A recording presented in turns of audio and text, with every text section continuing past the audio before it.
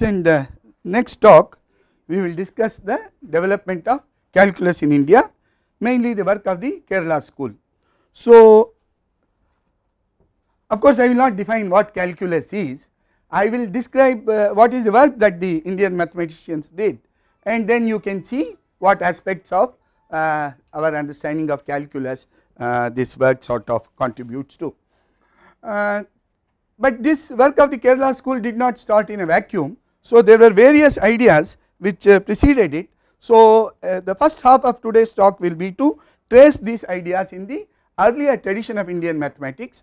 So, how in their understanding of 0 and infinity, how in the understanding of irrationals and iterative approximations to them, particularly in their understanding of calculation of sine table, the use of second order differences, summation of infinite geometric series, the notion of instantaneous velocity which developed in the discussions in astronomy, and of course in calculation of surface area and volume of a sphere, and in doing these summations of powers of integers.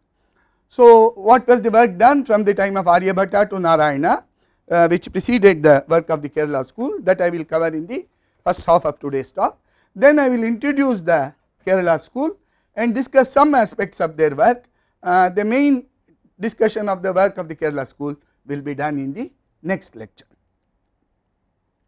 So, some of this will be repetition. So, the idea of 0 and even the idea of infinity seems to have been fairly well established from fairly ancient times.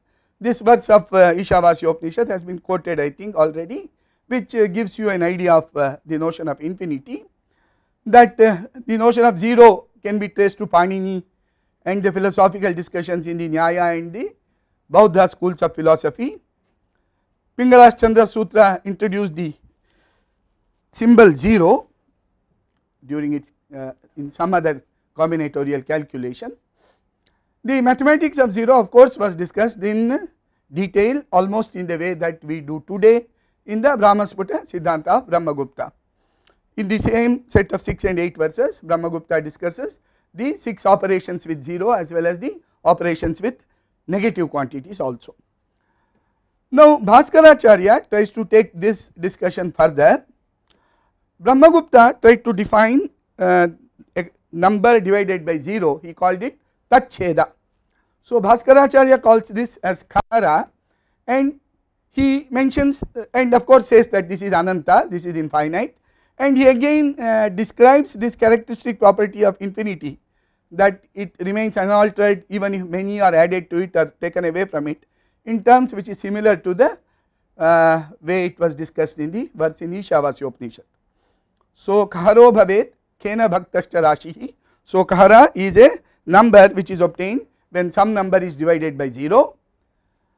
So, for instance, I am Ananto 3 by 0 rashihi Khara ityuchyate. So, this number is called Khara, and then he gives this verse asmin vikaraha kharera na rashau api pravishteshu api nisriteshu bahusvapi syal laya srishti kale anante achyute bhutaganeshu yadvat.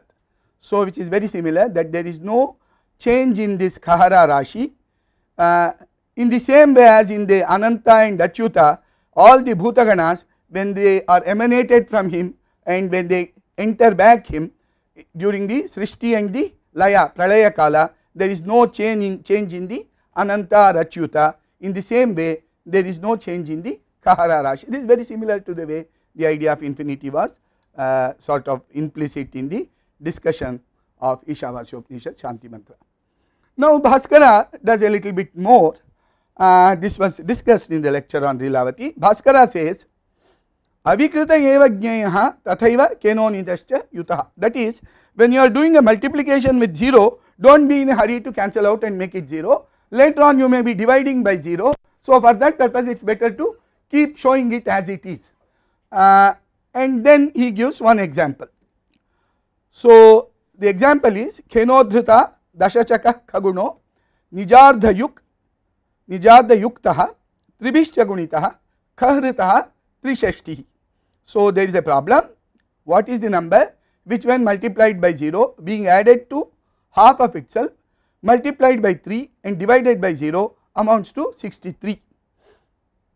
and of course in his Vasana Bhaskara tries to sort of put down the working, and then he says doing this Vakshyamana Viloma Vidhina, you finally get the answer as 14, and finally he comments Asya Ganitasya Graha Ganite Mahanupyoga. This kind of mathematics has much use in astronomy. So the problem he is doing is 0 into x plus x by 2 into 3 by 0 is equal to 63. So here Bhaskara is cancelling out the 2 zeros and obtaining x is equal to 14. So he is not treating 0 by 0 as indeterminate, he is cancelling them out. And as you can see, Bhaskara, though he is being quite clever, he is saying that when 0 comes in you keep it as it is, and he even realizes that this kind of mathematics has much to do in astronomy, that in various situations you get a limit. You take the value of a shadow, so that tan 0 tan theta will come in that, and tan 0 and tan 90 degrees both have a problem. So in all these kinds of situations the kind of limits that you need to do have to be carefully done, is what Bhaskara is saying, but he himself is not fully able to handle this. So in Bijaganita he is giving an example, and we see how Bhaskara is finding it difficult to handle this. Kaha swardha sahito rashihi khaguno vargito yutaha swapadabhyam khabaktascha jataha panchadashochyata. This is a verse in Bijaganita. So 0 into x plus x by 2 whole square plus 2 into 0 into x plus x by 2 divided by 0 is equal to 15, and so Bhaskara, not being fully adept in actually working out different orders of 0 which are appearing here, he just cancels them out, and that is of course not something which we can sort of justify today. He would have had to see different orders of different ways in which the quantities are becoming 0, 0 squared and 0 are treated on equal footing. So he is still not fully conversant with this mathematics of infinitesimals, as you can see, but the idea is already there in his mind, but he is not able to fully put it into operation. You will later on see how the Kerala mathematicians are capable of keeping all different orders of magnitude and then take the limit right at the very end. So they keep on keeping all the sums and everything and then go to the limit right at the very end, so there will never be an error in what they will be doing. Now we come to the understanding of irrationals and iterative approximations for them. This goes back to Shulva Sutras, which has given an approximation for root 2 and also for pi. Now a systematic algorithm for square root and cube root for the first time was given by Aryabhatiya, which was made possible because of the decimal place value system. Then Aryabhatta has also given this value for pi and specifically mentions that it is asanna, this is approximate, and perhaps the way Aryabhatta arrived at this might be by using circumscribing this circle by a square and then successively by octagon and a polygon of 16 sides, etc., a method which is explained in Yukti Bhasha and Kriya Kramakari. There is of course the other method which was discussed in the context of Ganesh Devagya's commentary on Leelavati, where he is talking of a hexagon inscribed in a circle and then 12-sided polygon and then 24-sided polygon and so on. So you estimate the sides of the polygon and approximate the circumference of the circle by that also. But the Kriya Kramakari, that is the Aryabhatta tradition, seems to be inscribing the circle in a square and then an octagon, then in a so this we will see towards the end of the talk on proofs sometime. Now the Aryabhatta algorithm, of course they were not dealing with they had a place value notation, but for numbers below 1, what we today understand as the decimal notation was not adopted in India. It was discovered in the West Asian region.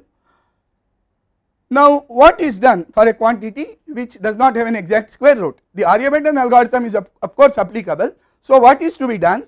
So this was hinted in Aryabhatiya Bhashya of Bhaskara at some level, but a specific statement of the way to proceed is in Sridhara's Trishatika. He says you take the number d, which is not an exact square, multiply by a suitable power of 10 and a suitable square power of 10, take the square root and divide it by the square root of the power of 10. So you get better and better values of the square root. This is like a decimal expansion, but still treating the quantity as ratio of two integers. So Rashehe Amuladasya Ahatasya Vargena Kenachin Mahata Moolam Sheshena Vina Vibhajet Gunavarga Mulena. This is the verse of Sridhara as to how to approximate non-square quantities, how to obtain better and better. We of course discussed the other method of obtaining better approximations to square root, the more sophisticated one, solving the Varga Prakriti equation, and that this Varga Prakriti equation in Bhavana can be specifically used for getting better approximation is explicitly mentioned in Narayana's Ganita Kaumudi. I gave this example yesterday also in the talk on Narayana. So this is about irrationals and approximations to them. Now comes the calculation of sine and how second order differences have been made use of in the calculation of sine. So as you have already seen, Indians are using the radius times the sine function as the jya, that is the sine function. Now you take some unit, so you take your circle, say that it is divided into 21,600 minutes. So 60 degrees and 60 minutes, product is 21,600 minutes. So the circumference of the circle is measured as 21,600 minutes, and you take the sines of arcs which are of length in steps of 225 minutes each. So the quadrant will be covered by 24 R sines. So this will all be done later in more discussions on trigonometry. So Bj is R sin Jh, where J runs from 1 to 24 and H is equal to 225 minutes. So R sin of 225, R sin of 450, R sin of 675, etc. Now these are called the Pinda Jyas or the tabulated Jyas, 24 sines. Now sign differences are Bj plus 1 minus Bj, and second order sign differences are delta, the differences of these, delta j plus 1 minus delta j. So already at the time of Aryabhatiya, he had a verse which essentially gave this relation, that the second order sign differences are actually proportional to the signs themselves. So this is a difference variant of the differential equation for the sine function. You know that sine function satisfies d squared sin x by dx squared is minus sin x. So essentially this is a difference variant of the. Now this relation is implicit in the verse of Aryabhata. I think it was discussed at some length. Later on Nilakantha Somyaji makes this relation absolutely explicit in his commentary on Aryabhatiya. Aryabhata used the approximation that the first order sign difference he said was 225, 224, second order sign difference was 223, and so this delta 1 minus delta 2, I am sorry, delta 1 is just 225 minutes, delta 2 is 224 minutes. So he made this approximation that delta 1 minus delta 2 is 1 minute. He also assumed that B1 is 225 minutes, and he went and used this difference equation to calculate B1, B2, B3, B4. B1 is assumed to be 225, and then you remove this delta 1 minus delta 2 by saying that that is 1 minute. So apparently this equation is dimensionally not correct, that delta 1 minus delta 2 equal to 1 is sitting there, okay. So using this difference equation, the various signs were calculated. This is a much more sophisticated and simple way of calculating signs, rather than using all those complicated trigonometric formulae for half angle, then going from say the 30 degrees, then to 15 degrees, then to 7.5 degrees. This is a much better direct way of. So using this Aryabhata tabulated the signs. Now what do you do about, so this is for sine of 225, sine of 450, that is 3 degrees 45 minutes, 7 degrees 50 minutes, etc. But what about sine of 5 degrees, or what about sine of 3 degrees 46 minutes? So you have to do interpolation.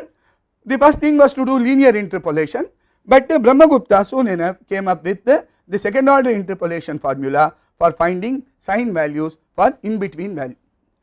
Brahmagupta gave a sine table in basis of 900 minutes, that is sine of 15 degrees, 30 degrees, 45, 60 and 90, only 5 sine values he gave, and then said calculate all other sine values by interpolation, but he gave such a beautiful interpolation formula that the value comes out to be fairly accurate. This is in his Khandakhadyaka, not in his Brahmasputa Siddhanta. This is in his later Karana work or the manual work Khandakhadyaka. So Brahmagupta is giving this words, we just see the relation that he is giving. So R sin Jh is one of these values, 225, 450, 675 minutes, etc. For any value beyond this, in between this, so he says you start with approximate it first by Bj itself, then usually you would have just said epsilon times r sin cosine Jh, that will give you the first kind of term. He has given two terms. This is today known as the Newton-Stirling interpolation formula to the second order. So this is a prescription. Using this, even you have a sine table of 15 degrees only, the sine of most of the angles came out to be good enough for the purposes of astronomy. Now we come to infinite geometric series. The finite geometric series goes back to Pingala's Chandra Sutra itself. We saw how he is summing this series. Mahaviracharya gives the sum of a general geometric finite series like that. It is in the Jaina literature that the sum of an infinite geometric series is mentioned. Of course, this result is well known. It forms the basis of one of the calculation in Archimedes' work on the cylinder and cone. So in history of mathematics, infinite geometric series were summed.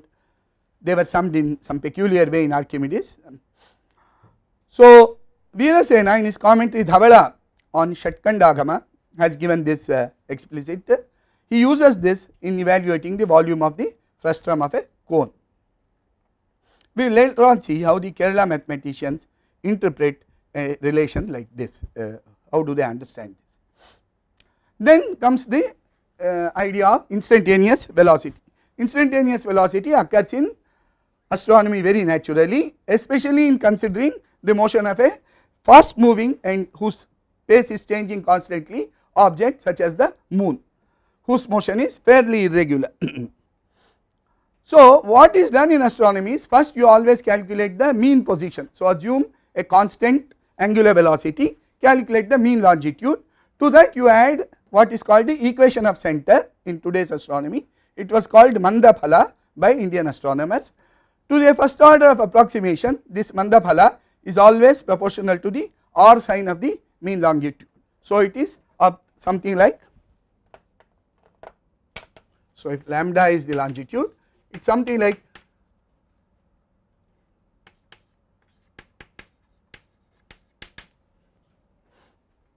this is just a caricatured way of saying.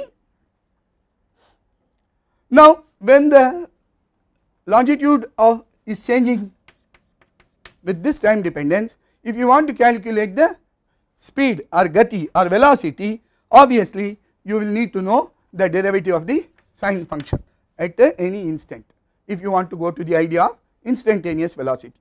So to start with, in Bhaskara 1 in his Mahabhaskariya gave an approximate formula based upon the sines were, as you saw, the sines were tabulated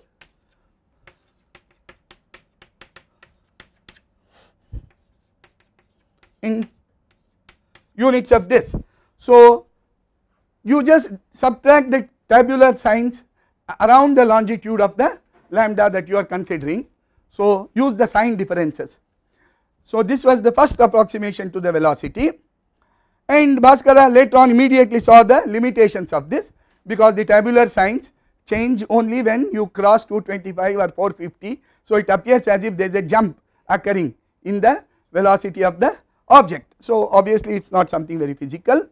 Now the expression for true velocity, Sputa Mandagati, in terms of r cosine, which was called the Kotijya, appears first in the Laghu Manasa Munjala, written around 932, and there is another Aryabhata who has written a Mahasiddhanta in 950. So Koti Phalagni Bhuktihi Gajya Bhakta, Gajya is same as Trijya, Ga is for 3, Kaladi Phalam, Kala is for the degree minutes of an angle. So basically the mean daily motion, Kotiphala multiplied by the mean daily motion, so omega times cos omega t. So this is roughly the correction that you have to put for the velocity of the planet. Now this is discussed much more systematically in Bhaskara, who explains the importance of instantaneous velocity in astronomy. He calls it Tatkaliki Gati. So in Siddhanta Shiromani, Bhaskara discusses this, that he emphasizes that you have to do this instantaneous velocity especially in the case of moon. So it is not good enough to take the velocity of moon to be the differences of the longitude of today and the longitude of tomorrow. That will be the average daily velocity of moon. You have to know its velocity, which is changing at every instant of time. Samipatityanta samipachalanam vidhostu tatkala yujyate. Vidho is the moon. For him, the velocity you have to take, especially when you want to calculate the time of onset of a tithi or the time to be elapsed for going to the next tithi. So the argument given, Bhaskara, as you know, has written this Vasana commentary on his Siddhanta Shiromani. So where he extensively explains, in fact, one of the extremely beautiful documents which explains all the principles of astronomy.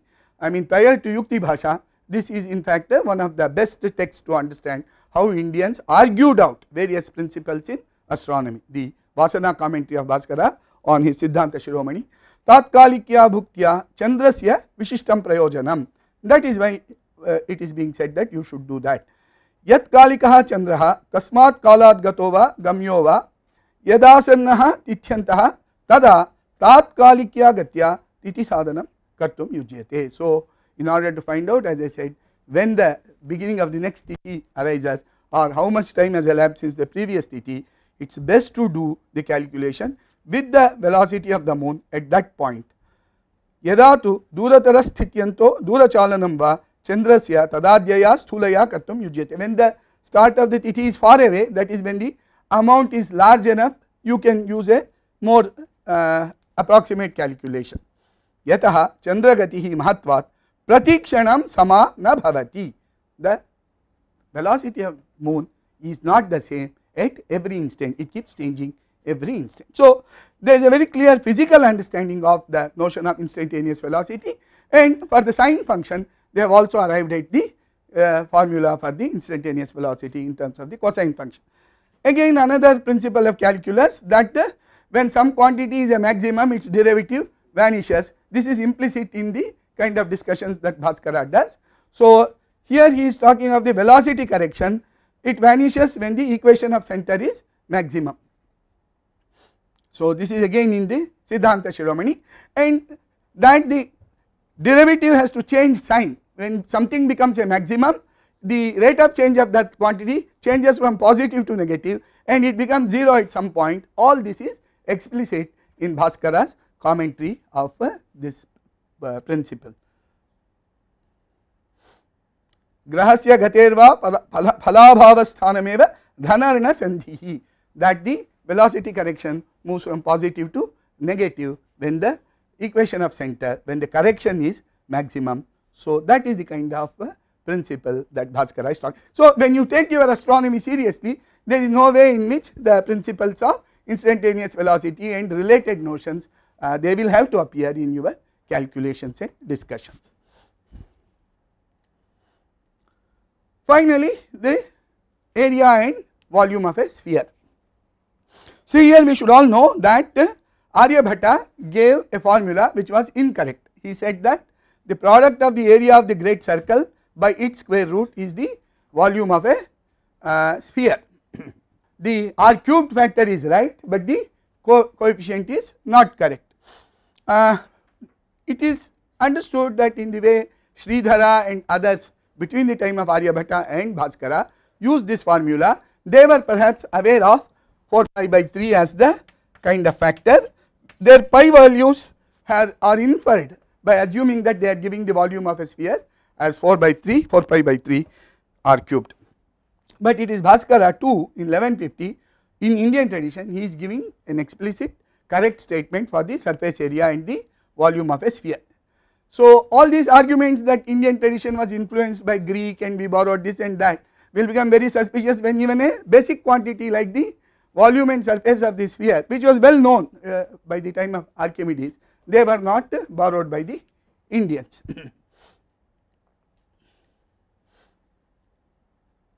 So in a circle, the circumference multiplied by 1/4 the diameter is the area, which multiplied by 4 is its surface area, going around like a net around a ball. This surface area multiplied by the diameter and divided by 6 is the volume of the sphere. So this is the verse in Lilavati which was discussed in the class on Lilavati. Vrittakshetre paridhi gunita vyasapadaha phalam yat kshunnam vedairupari paritaha kandukasyeva jalam. So this is the 4 pi r squared. Golasyavam tadapi cha phalam prishtajam vyasanignam shadbhir bhaktam bhavati niyatam golagarbhe janakhyam. This is for the volume.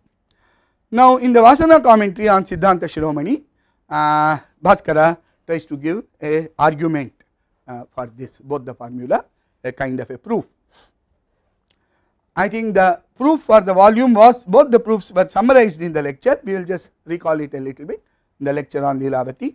The proof for the volume of a sphere involved thinking of the surface of the sphere being covered by various pyramids which have their vertex at the center of the sphere, and assume that the volume of the sphere is approximated by the sum of the volumes of the pyramids, and so in the limit you will just get it to be 1/3 times radius times the surface area of the sphere.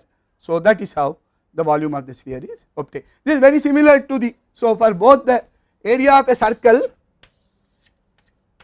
you think of it as being covered by triangles like this, and for the volume of a pyramid you for the volume of a sphere you think of it as being covered by pyramids like this. You will get the correct value of the volume of the sphere or the area of a circle. In fact, this kind of an argument is even reproduced in Nilakantha's Aryabhatiya Bhashya. So it is considered a valid argument for estimating the volume of a sphere. Now as regard the surface area of a sphere, Bhaskara says that we have to give an argument especially for those who are unable to comprehend the result straight away. And so he gives a argument which is essentially, it was summarized in the lecture there, but just to recollect this because this point may be important. So Bhaskara, what he is doing is, he is considering the northern hemisphere of the sphere, and of course the circumference is 21,600 minutes, then correspondingly with Aryabhata's value of pi the radius turns out to be 3438 minutes, right. If you take the circumference to be 21,600 minutes, Aryabhata's value is 3.1416. So, so you take twice pi here, so this will come out to be 3438 minutes. So for the radius, whenever you use 3438 minutes, it means you are using roughly Aryabhata's value of pi. Now, so you draw circles parallel to the equator, and so divide the sphere into various strips like this, and cut this strip and stretch out its area. So each of them will look like a trapezium, and the height of the trapezium, the radius of that each of those circles will be the r sines at the corresponding angle. The height of the trapezium will be constant, it is just 1/24th of the arc length from top to bottom. So you have this AJ, the area of the jth trapezium, written the top side and bottom side by 2 times the height 225 minutes times C by R. C by R is the ratio to get at the radius at the appropriate level. So the surface area of the sphere is estimated to be this. Now Bhaskara says he will do a numerical summation of these R sines. So Bhaskara has a sign table, B1, B2 are all, as I said, this is Bj. So B1 is sine of, so R sine of 225 minutes, where the radius is 3438.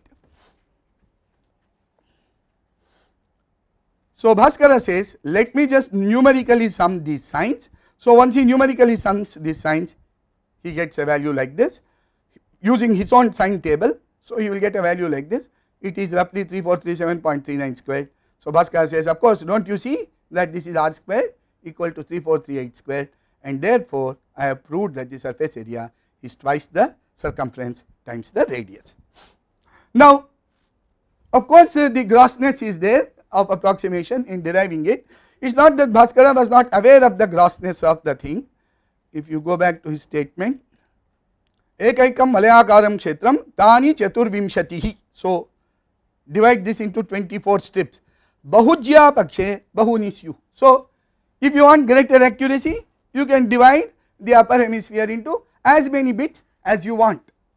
So it is not that he is not aware of the fact that he is making an approximation, but he is making an approximation to convince you that this is the result. He knows the result and he is making an approximation to. So he is doing a numerical integration to enable you. Obviously, so if you want to be serious about this argument, you need a more sophisticated argument.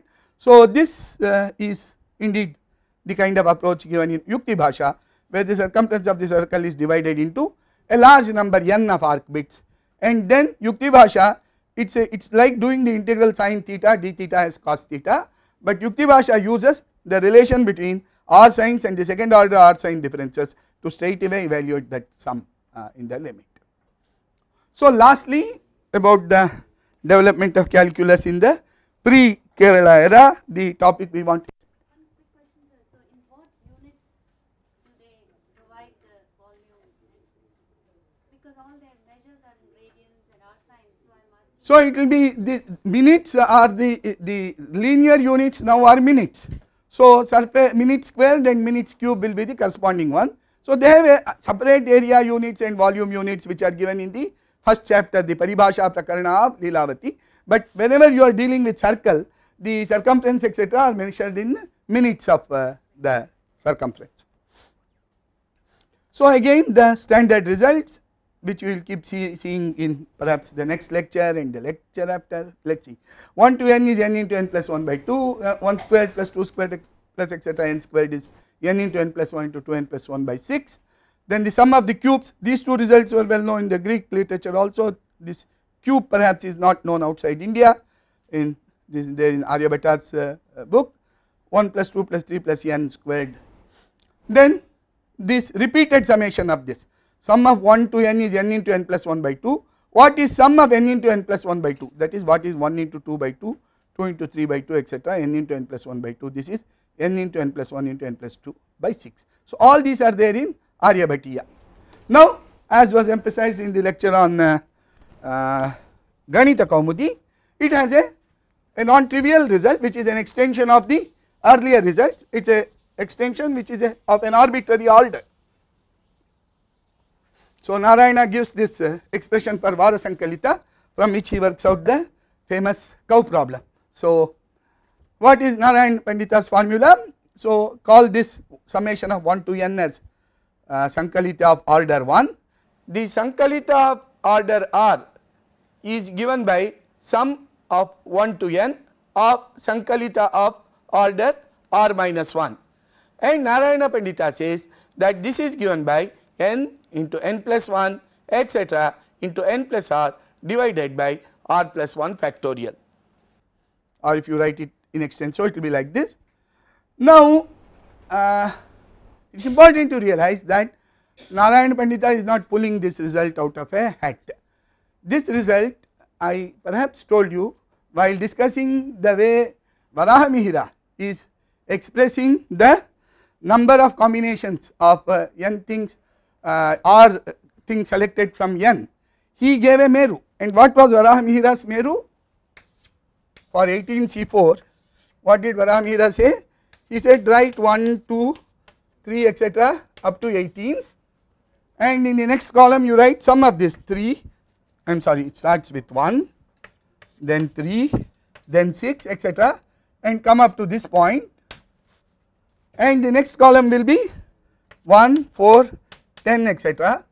and come up to a column. So sum of sum, and the fourth sum, and he showed you that the fourth sum gave you 18C4, and that is essentially Narayana Pandita's relation. So there is really nothing new in Narayana Pandita's relation. He is writing it in of course as a formula of order r. So Varasankalita of order r, but I think this idea is fairly implicit in Indian mathematics from fairly earlier times. Of course this plays a crucial role in the development of calculus, as we are going to see later. Now we will say something about the Kerala school of astronomy. So it is not that astronomy started in Kerala with Madhava or any such thing. Kerala was fairly well known. Vararuchi, the author of the famous Chandra Vakyas, is said to be from Kerala. Many scholars speculate, especially those from the Kerala region, that Aryabhatta hailed from Kerala. Then it is well known that there were many well known astronomers, mathematicians like Haridatta. He started the Parahita system of astronomy, which is famous in Kerala even now. Devacharya, Govindaswamy, who wrote a commentary on the Mahabhaskariya of Bhaskara 1. Shankaranarayana, who wrote a commentary on the Laghu Bhaskariya of Bhaskara 1. So as you can see, the Aryabhatan tradition is popular in Kerala much prior to even the Madhava period. And Uday Devakara, whose name came up in the context of Chakravala, that his commentary Sundari on Laghu Bhaskariya is where the Jayadeva's verses on Chakravala were cited. So there have been various mathematicians, astronomers. There is a talk of a observatory in I think Shankaranarayana's commentary on Laghu Bhaskariya. He talks of the observatory in Mahodayapura. But it was Madhava who started a new school of astronomy. He is said to hail from Sangama Grama near Ernakulam. Now none of Madhava's works, and you can see Madhava is roughly a contemporary of Narayan Pandit, slightly junior contemporary. He is around till 1425 because of the dates available in Venvaroha and Sputachandrapti, you can see something like that. None of his works are available except 2 tracts, both deal with calculation of the instantaneous position of moon, a better method for calculating the instant. It improves the Chandravakyas of Vararuchi, and also it gives you a way of calculating the longitude of the moon exactly at 8 different points in a given day without doing any approximations. It is some interesting methodology. So you can see that this Madhava must have been a great mathematical sort of manipulator and genius even by looking at Venvaroha or Putachandrapti. Now but what he is more famous is for the various results on infinite series for pi, fast convergent transformed series for pi, the series for sine and cosine, and many formulae for calculating sine and cosine, many approximations, and all these are attributed to him. So verses of Madhava are cited in later works. We will see the names of the later scholars. So that is how he is much more famous. Madhava of course is called Golavid by the later scholars, that he was supposed to be a specialist on spherics. Parameshwara is a direct disciple of Madhava. He is in Vataseri, which is in the point where the river Neela, or what is called Bharatapula today, meets the sea. His major works are Drigganita, Gola Deepika. Drigganita, he is supposed to have started a new Drig system of astronomy, what we call as Drig Panchanga even today, and he wrote large number of commentaries on various earlier works, and he wrote a very detailed commentary on Govindaswamy's commentary on Mahabhaskariya, a super commentary called Siddhanta Deepika. So Nilakantha says Parameshwara carried out detailed observations for over 50 years and came up with his Drigganita system.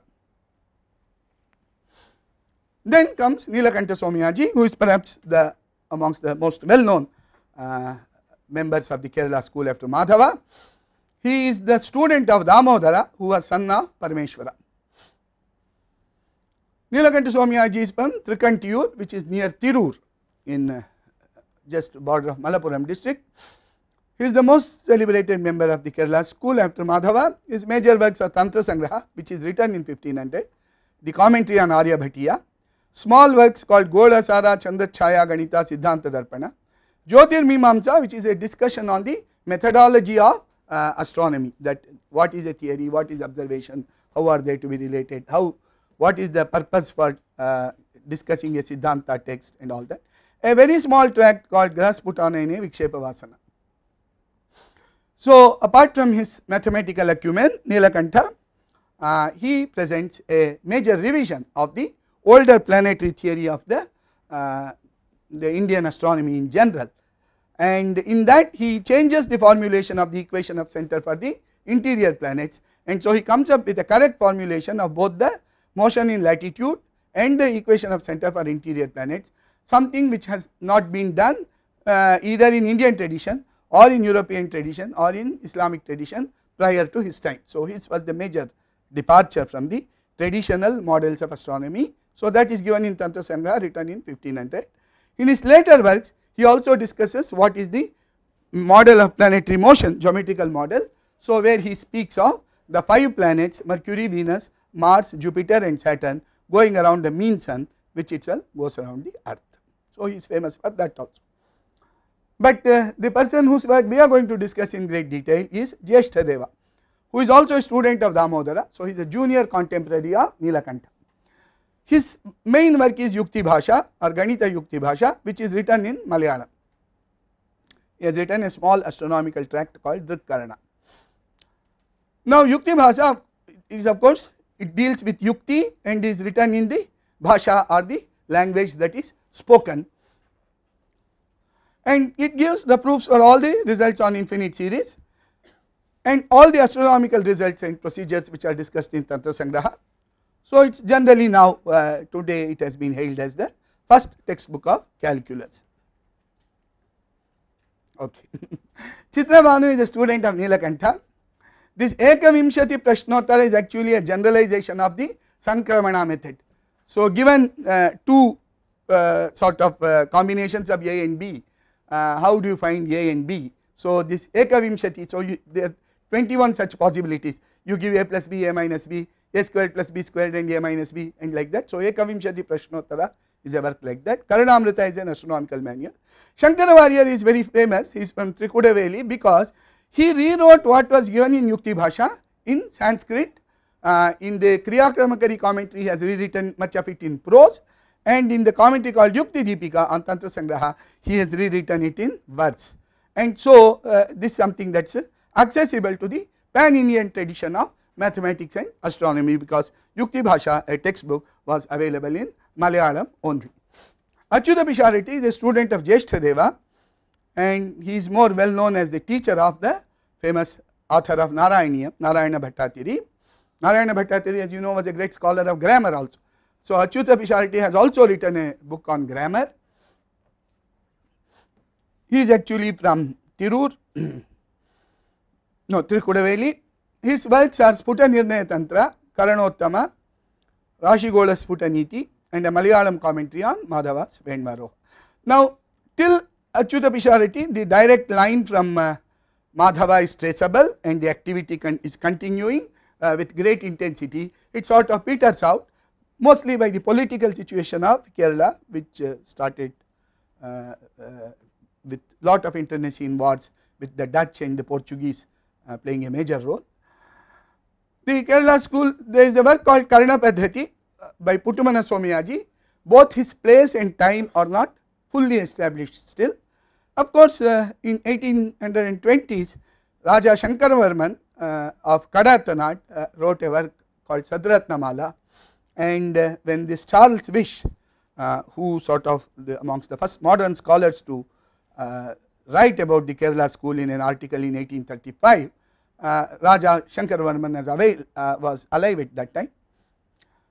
So, many of these 4 or 5 Kerala works were mentioned in the article of Wish, but most of these works got published only in the later part of 20th century. So, few topics of the Kerala school we will discuss now, the rest we will discuss in the next lecture on calculus. So, the first is the issue of irrationality of pi, and the best discussion of this is found in the commentary of Nilakantha on Aryabhatiya. So, the words of Aryabhata clearly says Ayutadvaya Vishkambhasya Asanno Vritta Parinahaha. So, it is approximate value of the circumference when the diameter is 20,000. When the diameter is 20,000, 62,832 is an approximate value of the circumference. So, the value of pi is approximate. So, Nilakantha in his detailed commentary of Aryabhatiya, while discussing the rule of square root, the algorithm for square root itself, he explains that the square roots are not quantities which can be fixed, that the procedure for square root of a non-square quantity is something that you can keep on carrying on for obtaining better and better approximations only. So, while describing that, he says evam krutopi. So, even when you multiply a number by a large power of 10, calculate the square root and divide it by the square root of that power of 10. So, you keep doing that. Evan krutopi asannameva moolam syat na punaha karani moolasya tattvataha parichhedaha kartum shakyaha iti abhiprayah. So, the true value of a Karani, a square root of a non-square quantity, can never be determined. And then he goes on later on to say in the same context that Vakshyati cha ayutadvaya vishkambhasya asanno vritta parinaha iti. So Aryabhatta is later on going to say, this one Nilakanta is saying, that he is going to give you an approximate value of the circumference for a given value of diameter. Tatra vyasena paridhigyane anumana parampara syat. So in order to calculate the circumference given the diameter, there has to be a series of inferences, a series of calculations you have to make. Tat karmanyapi mulikaranasya antarbhavadeva tasya asannatvam. Even while doing it, the square root operation keeps coming repeatedly, and therefore only the fact that the circumference can only be given approximately. Tat sarvam tadavasare eva pratip. So we will speak about it at that time. So when he comes to the Aryabhatta's words, Nilakanta makes the clearest statement in Indian tradition of the irrationality of pi. So basically he is saying, why is Aryabhatta giving only the approximate value? Because the exact value cannot be given.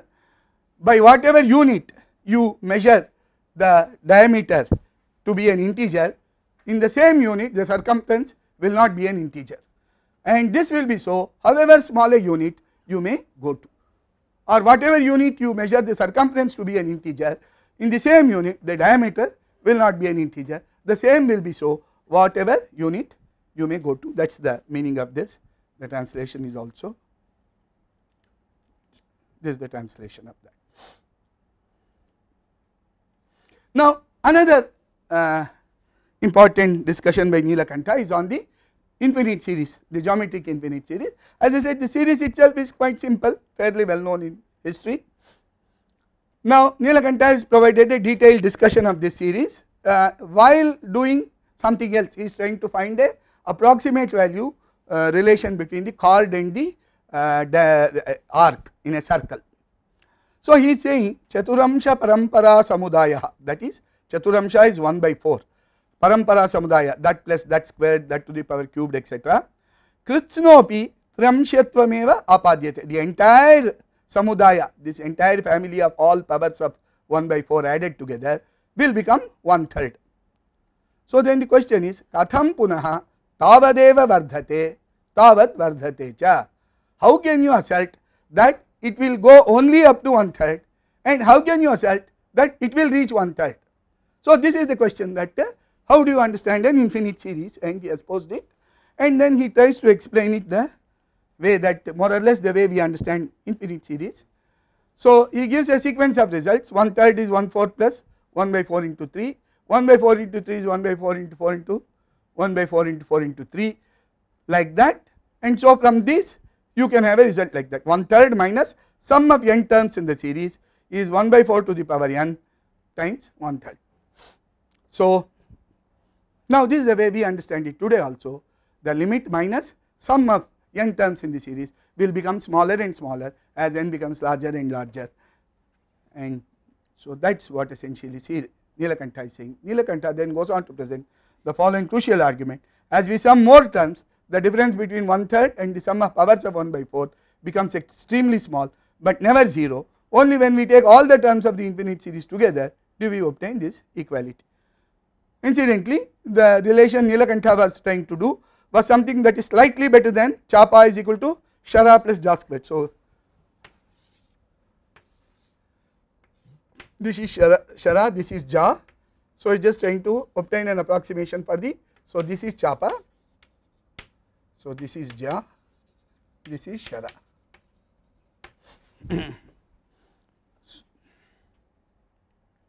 Next is the binomial series.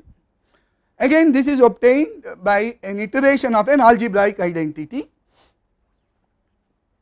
So consider three positive, it is obtained in a way because this is the context in which it appears in the astronomical context, that is in the derivation of the Madhava series. So let us try to see the binomial series in a complex way that it is formulated. Let ABC be three positive numbers, B greater than C. Then you have an algebraic identity, A into C by B is A minus B minus C by B. Now the question is, this B minus C by B can be replaced by B minus C by C if you have something called a Shodhyapala. So, this A into B minus C by B can be written as A into B minus C by C minus a Shodhyaphala. Now, on the right hand side again a B minus C by B is appearing. So, for that again you can apply the Shodhyaphala, replace it by B minus C by C. So, that is you can iterate this B minus C by B with this equation once again. You do it n times, you get like this. In the end you still have B minus C. So, this B minus C by B up to n terms will come like this, and now they say this iteration process can be, we can go on indefinitely, and so you can write an infinite series. So, the crucial thing is that the condition for the convergence of this series is also noted, and the fact that the way the condition is understood. Evam muhu phalanayane kritepi yuktitaha kwapi na samapti. So, phalanayana is using that Shodhyaphala, going from B minus C by B to B minus C by C. So, even by muhu means repeatedly, if you do this iteration, it will never stop. You can never say that it is going to stop. Tathapi yavad apeksham sukshmatam apadya. So, what obtain the kind of accuracy that you want. Paschatyan utprekshya, forget about the succeeding terms. Phalanayanam samapaniyam, you can stop the calculation. Iha uttara phalanam nyunatvantu gunaharantare gunakarat nyune eva syat. So, the succeeding terms will become smaller and smaller only if B minus C is less than C. So, basically the kind of series that they are talking about is the standard binomial series that we know. Lastly, the next thing that comes in Yukti Bhasha and Kriya Kramakari is the estimation of the sum of powers of integers and estimation of the repeated sums of integers. Both are crucial quantities. This will appear in our derivation of the Madhava series for pi. This will appear in the derivation of the sine series, and both these are extremely interesting estimates, and they play a crucial role in the history of calculus the world over. So, both Yukti Bhasha and Kriya Kramakari, which are works of early 16th century, they are discussing this. These topics were discussed in Europe in early 17th and mostly in later mid half of 17th century. So, this sum 1 to the power k plus 2 to the power k plus n to the power k, when n is large, goes like n to the power k plus 1 by k plus 1. That is the dominant behavior of it for large n, is proved both in Yukti Bhasha and Kriya Kramakari, and this repeated summation, it goes like n to the power k plus 1 by k plus 1 factorial for large n is also proved there.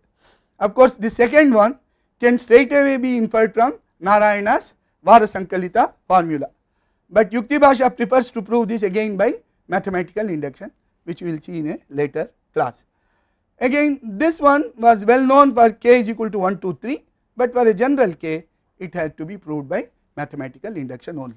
So, these are the 4 kinds of results of the Kerala mathematicians that I have discussed in this part.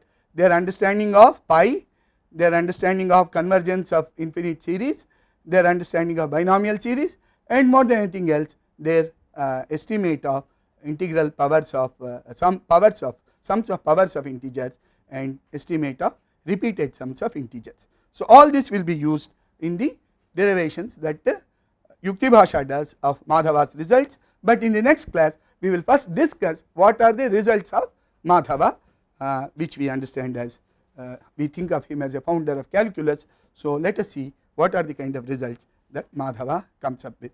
So, that will be discussed in the next lecture on calculus. Thank you.